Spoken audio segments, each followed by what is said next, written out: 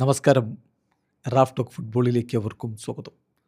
ലാലിഗയിൽ Real Madrid ഇന്നലെ 2-1 വിജയിച്ച് കയറിയത് അവസാന നിമിഷത്തെ ഫെഡെ വാൽവർദയുടെ ഗോളിനാണ്. ഒരർത്ഥത്തിൽ രക്ഷപ്പെട്ടു പോയി എന്ന് പറയാവുന്ന തരത്തിലൊരു വിജയം. അല്ലെങ്കിൽ ഈ കളിയിലും പോയിൻ്റ് ഡ്രോപ്പ് ചെയ്യുന്നൊരവസ്ഥ ഉണ്ടാവും. കഴിഞ്ഞ 2 കളികളും ലാലിഗയിൽ തോറ്റു. ഈ കളിയിൽ പോയിൻ്റ് ഡ്രോപ്പ് ചെയ്യപ്പെട്ടാൽ അത് വലിയ നിരാശയാകുമായിരുന്നേനെ. പക്ഷെ അതുണ്ടായില്ല. സന്തോഷം. പക്ഷെ അതുകൊണ്ട് തൃപ്തരാണോ റയൽ മാഡ്രിഡിൻ്റെ ആരാധകരെന്നുള്ളതാണ് ചോദ്യം. സെൽറ്റ വിഗോയെ പോലൊരു ടീമിനോട് 2-1 വിജയം. സെൽറ്റ ഇപ്പോൾ അത്ര മോശമൊന്നുമല്ല.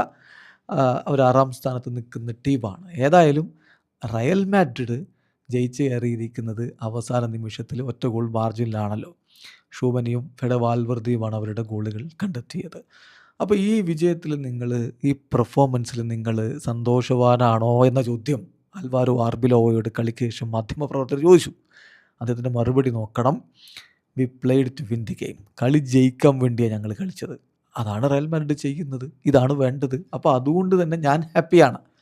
പ്ലെയേഴ്സ് എല്ലാം കളിച്ചിട്ടുള്ള വളരെ ഗുഡ് ഗെയിമാണ്. I am very happy with them എന്നാണ് ഇപ്പോൾ കോച്ച് പറയുന്നത്. അപ്പോൾ ഇതിൽ അദ്ദേഹം സംതൃപ്തനാണ്.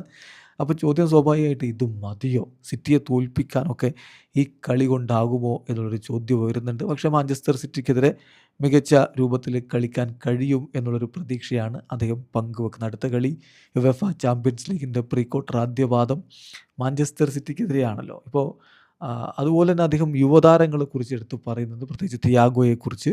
അക്കാഡമിയിൽ നിന്ന് വന്നൊരു ബോയ് മികച്ച രൂപത്തിൽ കാര്യങ്ങൾ കൈകാര്യം ചെയ്തു. ഫസ്റ്റ് ടീമിൽ ഇമ്പോർട്ടൻ്റ് ആയിട്ടുള്ള റോൾ വഹിച്ചവൻ കളിച്ചു. ഞാൻ അവനെ ട്രസ്റ്റ് ചെയ്യുന്നുണ്ടോ ഇല്ലയോ എന്നുള്ളതല്ല. ഇറ്റ്സ് അബൌട്ട് ഹിസ് ക്വാളിറ്റി, അവൻ്റെ ടാലൻറ്റ്, അവൻ്റെ എഫേർട്ട്, അതിന് തന്നെയാണ് പ്രാധാന്യം.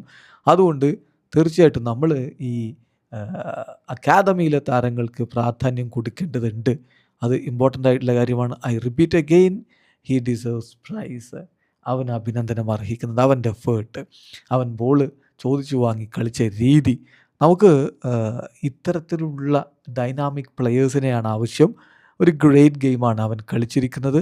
നമ്മുടെ അക്കാഡമി പ്ലെയേഴ്സിന് നമ്മൾ പ്രാധാന്യം കൊടുക്കേണ്ടതുണ്ട് എന്നുകൂടി കോച്ച് അൽവാരോ ആർബിലോവ പറയുന്നു. വീഡിയോ അവസാനിക്കുന്നു. ഫുട്ബോൾ ലോകത്ത് കൂടുതൽ വിശേഷങ്ങളുമായി റാഫ് ടോക്സ് വീണ്ടും എത്താം.